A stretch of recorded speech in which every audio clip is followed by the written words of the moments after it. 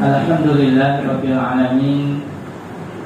Innal hamdalillah nahmaduhu wa nasta'inuhu wa nastaghfiruh wa na'udzu billahi min shururi anfusina wa min sayyiati a'malina. May yahdihillahu fala mudilla lahu wa may yudlilhu fala hadiya lahu. Asyhadu an la ilaha illallah wahdahu la syarika lahu wa asyhadu anna Muhammadan abduhu wa rasuluh la nabiyya ba'dahu. Bapak Ibu ingkang dirahmati Allah, sarengan kula dherekaken mugi lan syukur dhateng Allah Subhanahu wa taala. Karanten kula panyasami nampi kanikmatan ingkang arupi iman Islam, kasarasan kawilujengan saengga saged pinanggih bulan Ramadan lan mugi-mugi sedaya amal saleh bapak sami dipun tampi Allah Subhanahu wa taala. Amin. Ingkang makale salam lan selawat mugi katur lan tetep dhateng junjungan kula panyasami Rasulullah Muhammad sallallahu alaihi wasallam. Ingkang saestu benjang wonten yaumul kiamah ngantos syafaat. Bapak Ibu ingkang kula hormati, tema pada malam hari ini yang akan saya sampaikan adalah makna di sebalik ayat. Ada yang disebut dengan mafhum mukhalafah. Jadi makna di sebalik ayat itu adalah ketika Allah mengatakan A tetapi nemu makna B. Ada. Ini bisa kita lihat di dalam surat Al-Baqarah 21 misalnya. Ya ayuhan nas u'budu rabbakumul ladzi khalaqakum wal ladzina min qablikum la'allakum tattaqun. Di sini Allah menyeru kepada kita, Bapak Ibu, wahai sekalian manusia, diwajibkan atas kalian, wahai sekalian manusia, sembahlah Allah, ya, yang telah menciptakan kalian sebagaimana orang-orang sebelum kalian, agar supaya kalian menjadi orang-orang yang bertakwa. Berarti perintah ini ditujukan untuk seluruh manusia untuk diperintahkan menyembah Allah, gitu, supaya menjadi orang yang bertakwa. Ini makna A itu seperti ini tadi. Nah, mafhum mukhalafahnya, makna yang di sebalik itu berarti kalau dia tidak menyembah Allah, gitu, berarti bukan manusia. Kira-kira apa Bapak Ibu? Kira-kira apa? Kalau bukan manusia apa? Kal an'am bal adol. Koyok-koyok hewan bahkan lebih rendah daripada itu. Ini hati-hati. Ini mafhum mukhalafah. Jadi kalau kita diciptakan oleh Allah, jadi Allah itu yang menciptakan kita Bapak Ibu. Dalam surat Al-Ankabut ayat 70 itu juga dijelaskan, wallahi khalaqakum tsumma yatawaffakum.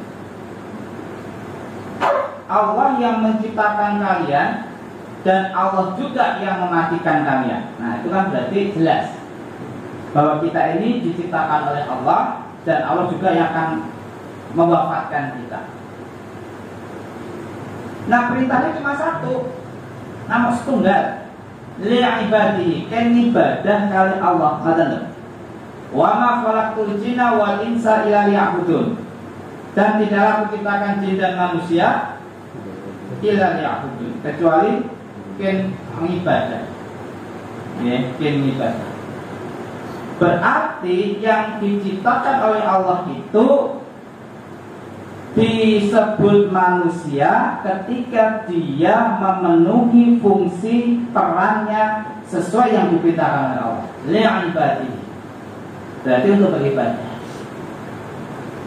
Nah, berarti kalau ada orang yang diciptakan oleh Allah tetapi menyelisihi, mafhum mukhalafahnya adalah berarti dirinya itu bukan manusia. Dan itu manusia terus nopo. Nah, Al-Quran juga mengatakan kal an'am, koyo-koyo binatang, kewan, bal adol, bahkan lebih rendah daripada itu. Ini yang pertama. Yang kedua, lo udah manusia nopo kira-kira? Kenapa Pak? Syaitan.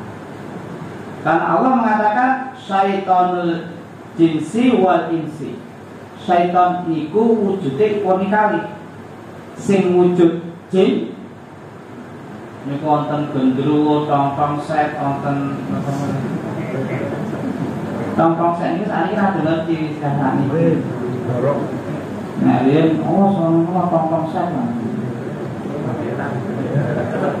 Niku sing arupi jin, tapi wonten menungso sing kesetanan. Lah menungso sing kesetanan iki luwih berisi daripada tongtong set, daripada gendruwo, dari kelompok jin. Jadi makom mukhalafah dari Al-Baqarah 21 ini nek kula jejer ngeten iki.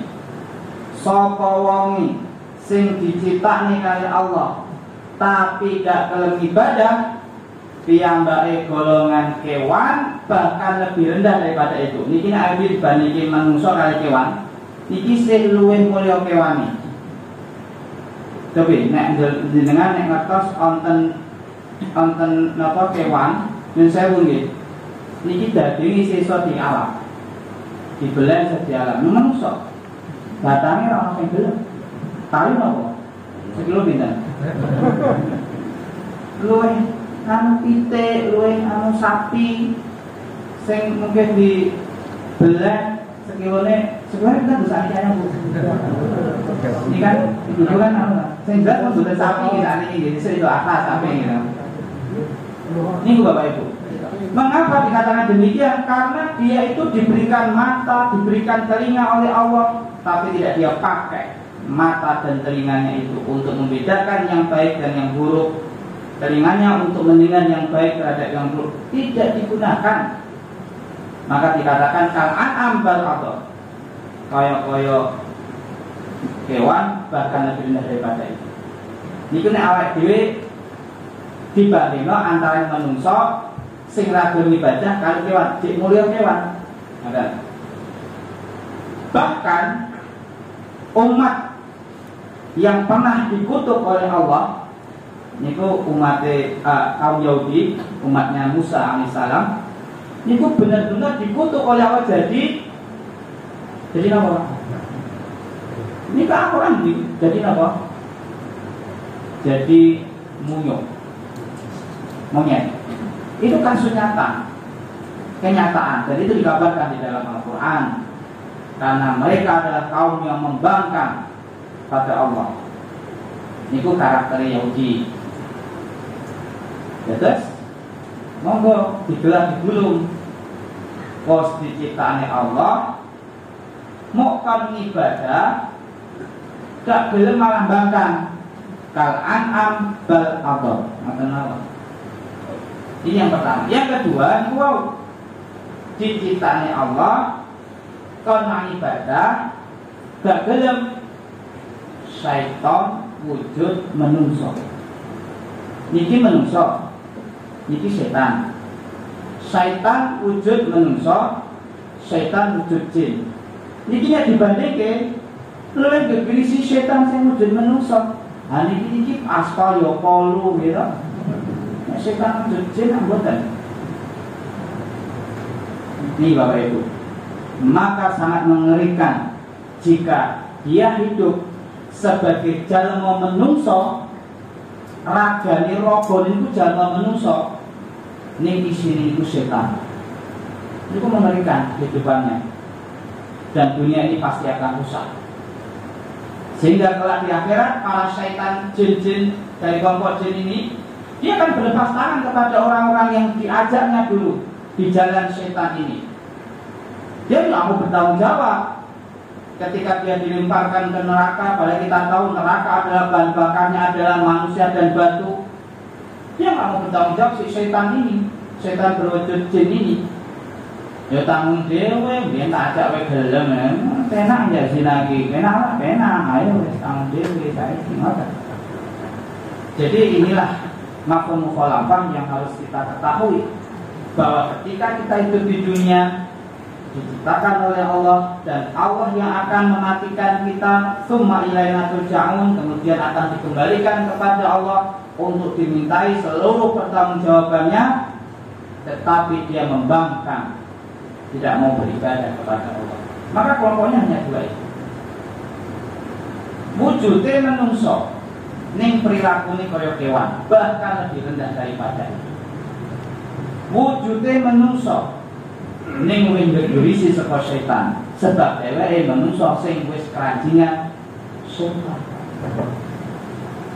Bapak Ibu yang dirahmati Allah, maka mari Ramadan ini kita jadikan untuk membalikan fitrah penciptaan manusia itu adalah li'ibadi, untuk beribadah kepada Allah.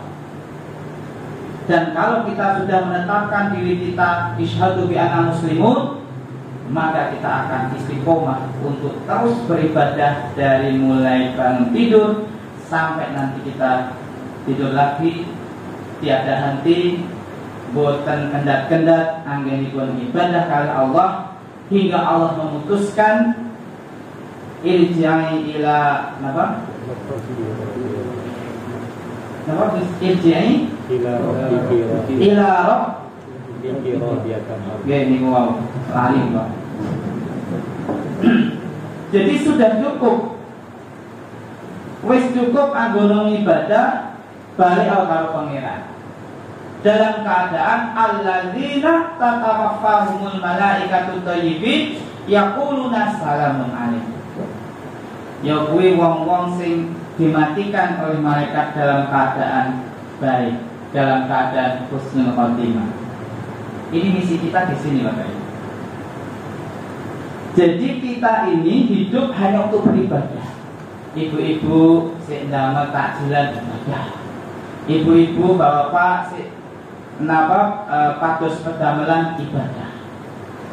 Jadi pemahaman ibadah tidak hanya masalah sholat, puasa, zakat, haji, boten.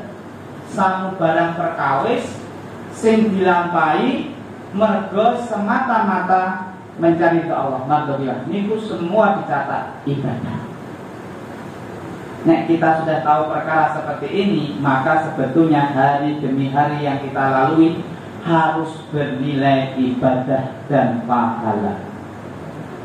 Harus seperti itu. Karena apa? Misi utama kita yaitu menyembah Allah. Maka jangan sampai kemudian kita terjerumus ke dalam dua golongan atau dua kelompok yang diciptakan oleh Allah sebagai jalma menungso tapi hilang kamanungsanipun, diganti dengan syaitan atau kewan. Jangan sampai itu terjadi di dalam diri kita. Kita adalah manusia yang diciptakan oleh Allah dengan kemuliaan-kemuliaan yang lebih baik dari seluruh penciptaan di alam di muka bumi ini. Maka dari itu, monggo sarangan kita lalui fase dinamika kehidupan kita ini dengan berakhir dalam keadaan husnul khotimah. Allahumma. Maka tadi saya doakan sesi berikutnya akan kita sambung bagaimana supaya derajat kita di hadapan Allah semakin meningkat. Maqaman mahmuda. Temanya Maqaman mahmuda. Ampun boten napa datang ke masjid ini. Mungkin jangan ikut materinya. Terus besok materi ini Maqaman mahmuda. Maqam kedudukan yang tinggi di sisi Allah. Mengatakan satu kalam. Assalamualaikum warahmatullahi wabarakatuh.